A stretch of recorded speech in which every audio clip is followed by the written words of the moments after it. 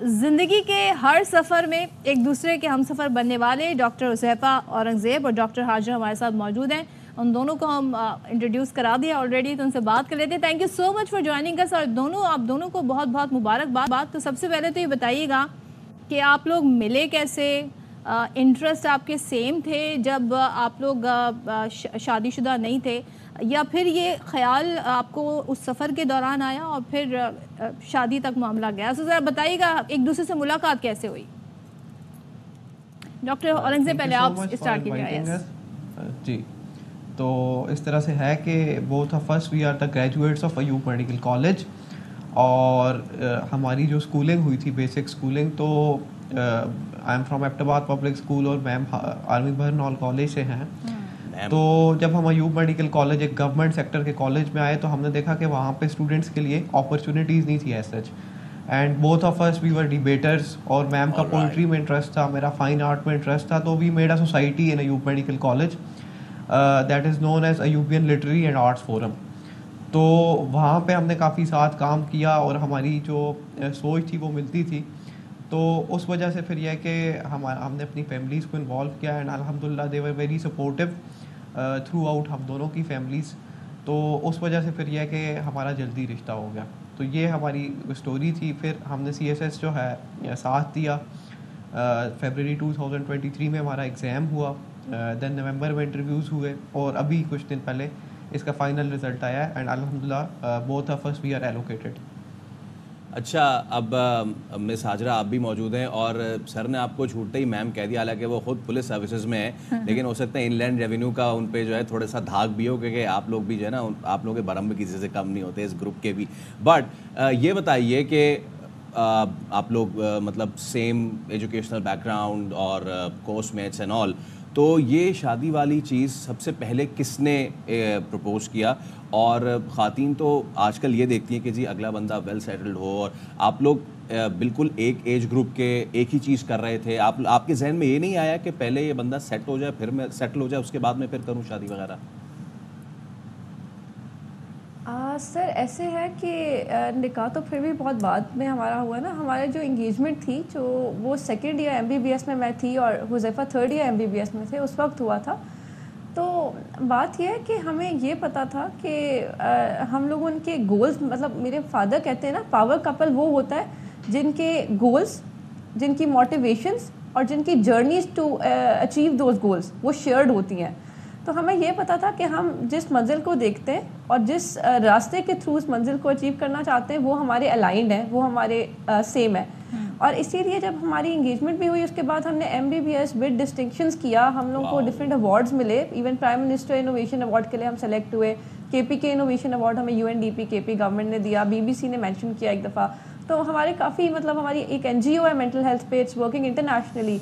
तो ये है कि हम लोगों ने वो चीज़ें अचीव की जो शायद अकेले कभी सोची भी नहीं थी।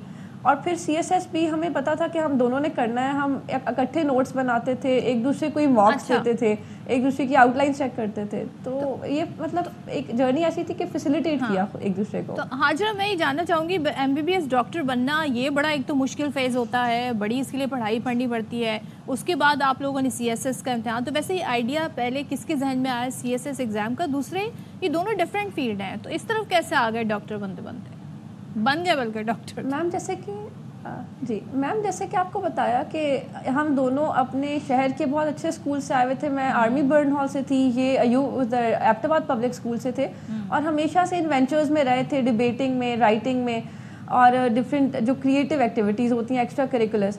जब हम अयूब मेडिकल कॉलेज में आए तो दो के it's a very good medical college, मगर पब्लिक सेक्टर का है, तो जाहिर बात है वहाँ पे हमें वो अपॉर्चुनिटीज़ इतनी ज़्यादा वो एम्पल नहीं लगी, हमें प्रेवलेंट नहीं लगी। तो हमने कहा कि हम क्रिएट करेंगे। तो हमने वहाँ 2-3 सोसाइटीज़ बनाई बच्चों के लिए, खुद अपने लिए अपॉर्चुनिटीज़ क्रिएट करने के लिए।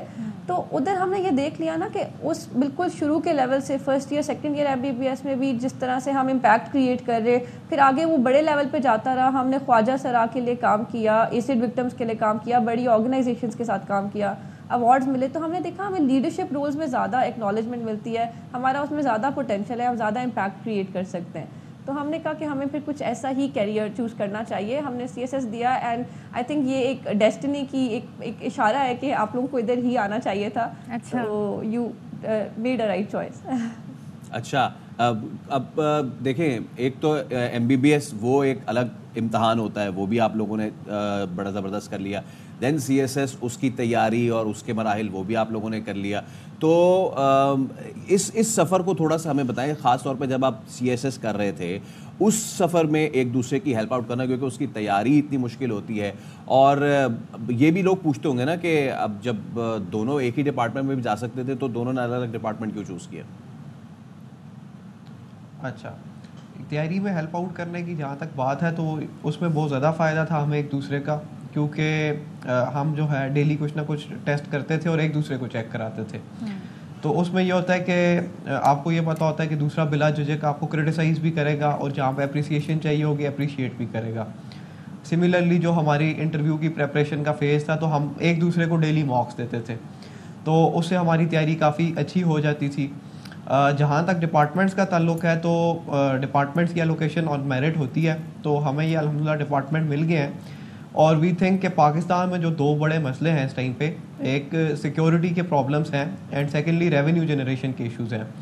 तो पुलिस का जो काम है crime prevention and crime investigation, तो उसके through we can help resolve the security issues. और जो आपके पास रेवेन्यू जनरेशन है वो इनलैंड रेवेन्यू सर्विसेज के अंडर आता है, तो we can promote the peace and prosperity together wherever we are posted remaining in these two departments.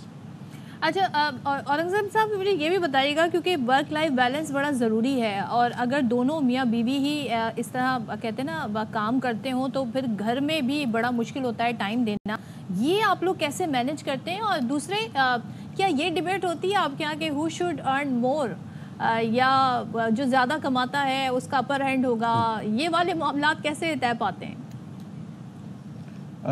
Work life balance की जहाँ तक बात है तो हमने काफ़ी डिफ़िकल्ट स्टेजेस भी देखी हैं अपने करियर में। हाजरा ने जो हाउस जॉब थी उसके लिए ऑप्ट किया इस्लामाबाद में, और मैं उस वक्त एबटाबाद में था।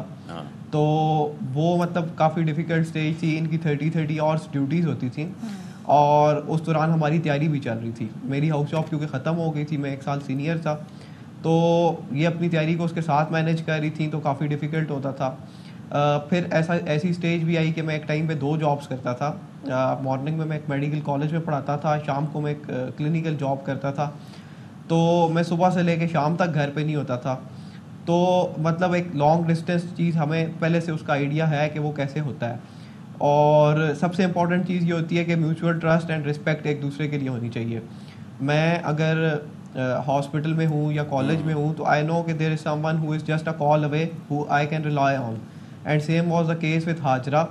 और इस वजह से ये है कि हमारी चीज़ें अच्छी हारमोनी में चलती रही हैं। ओके, मनी जो है हमारी हमेशा से सेकंड प्रायोरिटी रही है, ठीक है। हमारा ये था कि हमारा जो रिलेशनशिप है उसकी क्वालिटी हमेशा अच्छी होनी चाहिए। तो ये चीज़ें हमारी डिस्कशन में रेयरली आती हैं, और अल्हम्दुलिल्लाह हमारी फैमिली हमें बड़ा सपोर्ट करती हैं इस चीज़ में, और वो भी हमें कभी तंग नहीं करते ऐसे। ऑलराइट, अच्छा, ये आपने बड़ी अच्छी बात की, जो क्वालिटी ऑफ रिलेशन वो बहुत इंपॉर्टेंट है। हाजरा, ये बताइए कि जाहिर सी बात है अब तो आप लोग सरकारी बाबू हो गए, और आप लोगों की अभी आई डोंट नो कि पोस्टिंग कहाँ है, दोनों एक ही शहर में है। आगे जाके अगर तो ऐसा होता है कि आपकी पोस्टिंग अलग, साहब की पोस्टिंग कहीं और हो जाती है, फिर कैसे हैंडल करेंगे इस चीज़ को? सर डेफिनेटली ऐसा टाइम आएगा तो सही, क्योंकि हमारी इवन जो स्पेशलाइज्ड ट्रेनिंग होती है ना, मेरी लाहौर में होगी और हुज़ैफा की इस्लामाबाद में होगी। और आगे भी आपकी स्पाउस पॉलिसी लाजमी होती है, आपको फैसिलिटेट गवर्नमेंट करती है, मगर जाहिर बात है कि उसमें भी ऐसा होगा कि हम लोगों को कभी ना कभी दूर रहना पड़ेगा। मगर जैसे अभी इन्होंने बताया ना कि हमारे रिलेशनशिप में ऑलरेडी ऐसे टाइम्स आए हैं जब मेरी 30 आवर्स की ड्यूटीज़ थी, हुज़ैफा सुबह 8 बजे जाके 11 बजे आते थे, उस वक्त मेरा कुछ स्मूथ टाइम चल रहा था। हमने इवन उसके साथ तैयारी करके एग्ज़ाम भी दिया है। हमारी एक रोलर कोस्टर ऑफ इमोशंस थी जर्नी। जब मैं बहुत ज़्यादा लोज़ पे होती थी ना तो हुज़ैफा बफर कर देते थे, जब हुज़ैफा अपने लोज़ पे होते थे तो मैं अगर स्टेबल मूड में थी तो मैं उन्हें फैसिलिटेट करती थी।